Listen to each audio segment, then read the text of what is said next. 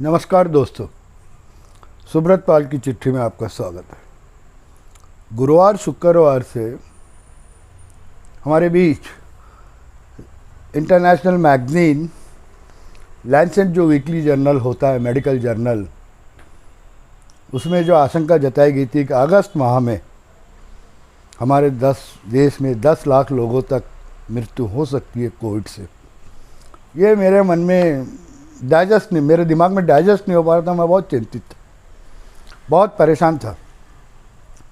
Magazine की और बातें भी सामने आई कि मैगजीन ने लिखा है कि जो कोविड पर केंद्र सरकार और प्रधानमंत्री का जिम्मेदार रुख नहीं था। साफ लिखा गया कि पहले कोविड के बाद कोविड में पहले कोविड के समय भारत में बराबर कंट्रोल पा गया था। मृत्यु दर भी दूसरे देशों की तुलना में कम था, लेकिन दूसरे कोविड की खबर जब आना चालू हो गई थी तब हमारी केंद्र सरकार या प्रधानमंत्री सेकंड कोविड को लेकर बिल्कुल चिंतित नहीं थे, बिल्कुल उन्होंने जिम्मेदारी नहीं बताई, जिसके कारण आज ये भयावह स्थिति भारत में बन गई है। उन्होंने कहा कि दुनिया सेकंड कोरोना वेव के लिए जब तैयारी कर रही थी तब भारत निश्चिंत बैठा हुआ था। वो सोच लिया था कि जिस तरह से हमने कोविड फर्स्ट पे विजय पा लिया, अब दोबारा कोविड नहीं आएगा। जबकि कोविड सेकेंड वेव के बारे में पूरी दुनिया के लोगों को समझाया जा रहा था कि तैयारी करो। भारत में कोई तैयारी नहीं हुई, जिसके कारण ही सेकेंड वेव का इतनी भयावह स्थिति बन गई है। ये इंटरनेशनल मैगजीन, जिनकी उम्र 198 वर्ष की है, लैंसेट, उसमें यह साफ कहा गया। भाजपा के कुछ लोग इसको वही पुराना राग अपनाने लग गए कि अंतर्राष्ट्रीय स्तर पर भारत की छवि धूमिल करने की ये कोशिश है, हमें लैंसेट की बातों पर विश्वास नहीं करना चाहिए। मैं अभी उस बात पे नहीं जाता भाजपा के लोग क्या कह रहे हैं, लेकिन मुझे जो आशंका जताई गई है लैंसेट में कि अगस्त में 10,000 लोगों के भारत में मृत्यु हो सकती है, वो मेरे दिमाग में घूम रहा है। दिमाग में यही था और मैं यही लेके कल रात को मैं सोने गया। मैं वैसे सुबह 7 साढ़े 7 बजे उठता हूँ, लेकिन आज सुबह मेरी नींद बहुत जल्द खुल गई। मैं एक सपना देख रहा था और अचानक सपने में मुझे जो पहलवान लोग ऐसा बाहें थपथपाते हैं, या पहलवान जब उतरने के पहले जब जांग थपथपाते, खम भरते, मैं उसकी आवाज़ से जाग गया। मैं एक सपना देखा था जो मुझे याद है पूरी तरह से। मैं दिन भर आज यही सोचता रहा कि आपको सपना शेयर करूं कि न करूं, लेकिन मुझे लगा कि ये मेरा व्यक्तिगत सपना नहीं, इससे देश का सब मामला है, इसलिए मुझे आपसे शेयर करना चाहिए। मेरे सपने की बात मैं आपको शेयर कर रहा हूँ। दोस्तों, मैं सपने में अचानक देखता हूँ कि उनकी अचानक तबीयत खराब हो गई है। उन्हें एम्स में एडमिट कराया गया कोविड। फिर डॉक्टर की टीम उन्हें मुआयना करते करते अचानक उनका कोविड टेस्ट भी हुआ और वे कोविड पॉजिटिव पाए गए। एम्स में इलाज चालू हो गया था उनका। फिर क्या, पूरा मीडिया हिंदुस्तान का उन पर केंद्रित हो गया और ये बताने लग गया कि वे कोविड पॉजिटिव पाए गए हैं, और मीडिया में फिर खबर चलने लग गई। उनके कुशल स्वास्थ्य के कामना के लिए पूजाएं होने लग गई है, भजन होने लग गए, यज्ञ होने लग गए, हवन होने लग गए। बस यही शुरू हो गया मीडिया में, और कोविड का जो न्यूज़ था वो बाजू में हट गया। ठीक है, कोविड की न्यूज़ बाजू में हट गई, लेकिन साथ साथ इसके कारण इंटरनेशनल न्यूज़ भी दबाव में आकर उनके बारे में न्यूज़ बताने लग गया, और भारत में उनके स्वास्थ्य लाभ कामना के लिए क्या क्या हो रहे, यही हवन पूजन आदि जो होने लग गए, ये बताने लग गया। इस बीच पहली बुलेटिन ये आई एम्स से कि उनकी स्थिति ठीक है, लेकिन डॉक्टरों का पैनल उन पर नज़र जमाए हुए। अब 1 घंटे बाद दूसरी आई कि उन्हें हल्का सा टेम्परेचर दिख रहा है, लेकिन स्थिति नॉर्मल है। फिर थर्ड बुलेटिन आई, उन्हें थोड़ा सा सांस लेने में तकलीफ हो रही है, डॉक्टर ने चिंता जताई। 4th बुलेटिन आई वे स्टेबल है, फिर 5th बुलेटिन आई कि वे सो गए हैं और पल्स नॉर्मल है और सब कुछ अंडर कंट्रोल है। 6th बुलेटिन जो आई उसमें बताया गया है कि सब कुछ तो नॉर्मल है लेकिन बुखार उनका नहीं उतरा है, ऑक्सीजन लेवल ठीक है। और 7वां जो बुलेटिन आया उसमें डॉक्टर ने बाहर आकर कहा कि उन्होंने देश के नाम एक छोटा सा संदेश देने की इच्छा जाहिर की, लेकिन हमने उन्हें मना कर दिया, मतलब डॉक्टरों की टीम ने मना कर दिया, यह असंभव है, अभी आप आराम कीजिए, ये सब कुछ अभी नहीं हो सकता। 8वीं बुलेटिन ये थी कि उन्होंने कागज़ कलम मंगाई और उन्होंने कुछ लिखा है।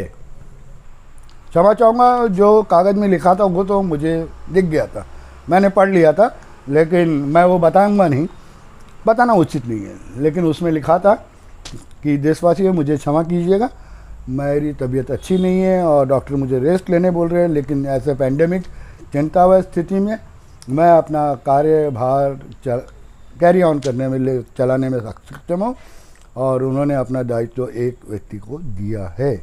उस व्यक्ति का नाम मैंने तो पढ़ लिया था, लेकिन मैं आपको वो अभी नहीं बताऊँगा, उचित नहीं है।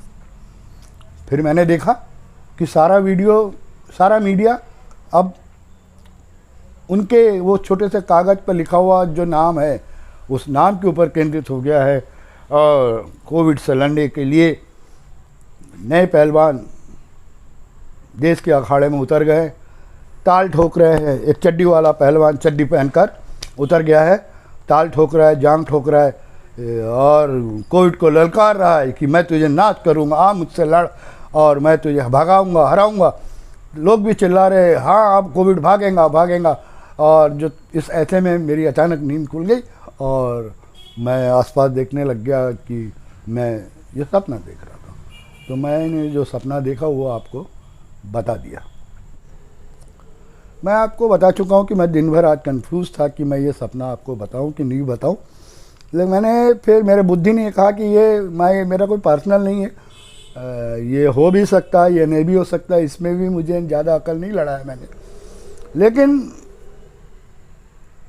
जो सपने का सच था वो मैंने आपको बता दिया। ये हो भी सकता है, नहीं भी हो सकता है, मुझे इस पर चर्चा नहीं। मैं वापस लैंडसेट पे जा रहा हूँ।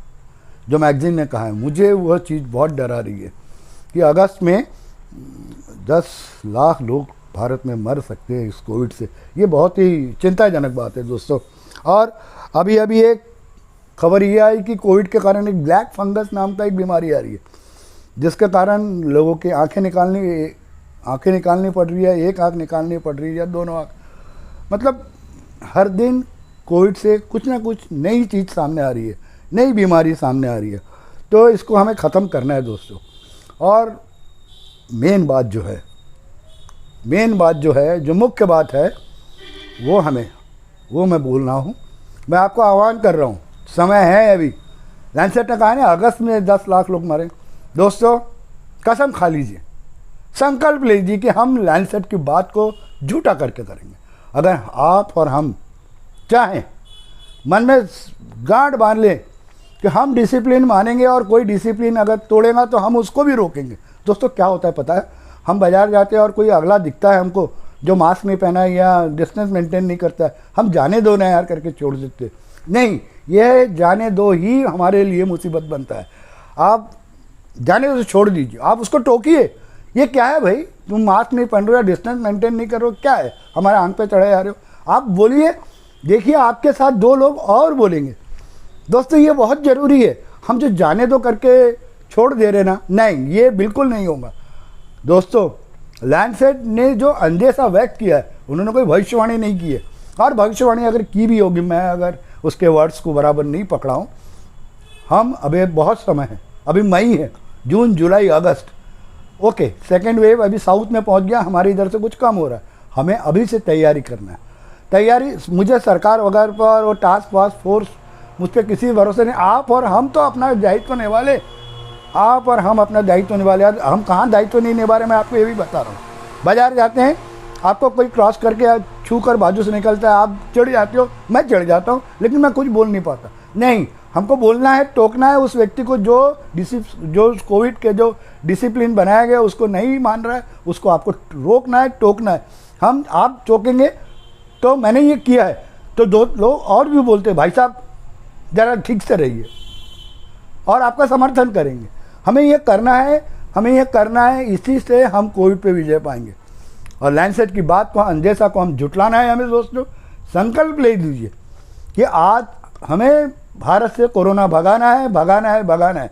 लैंडसेट की बात को झूठा करना है तो मैं आपको एक नया टास्क दे रहा हूँ कि जाने दो, मत बोलिए। आज जो तोड़ रहा है उसको टोकिए। हमें लैंडसेट की बात को झूठा करना है। मैं बार बार ये कह रहा हूँ, हमें कोरोना को इमीडिएट रोकना है। वो एक ब्लैक फंगस नाम की कौन सी बीमारी अभी सुना ही आ रहा है, हमें सब रोकना है दोस्तों। मैं कोविड को बराबर हजम नहीं कर पा रहा हूँ, ये जो रात दिन जो खबरें आ रही है। नमस्कार, प्लीज़ सोचिए और इम्प्लीमेंट कीजिए, टोकिए सबको जो कोविड के डिसिप्लिन को नहीं मान रहा है। जय हिंद।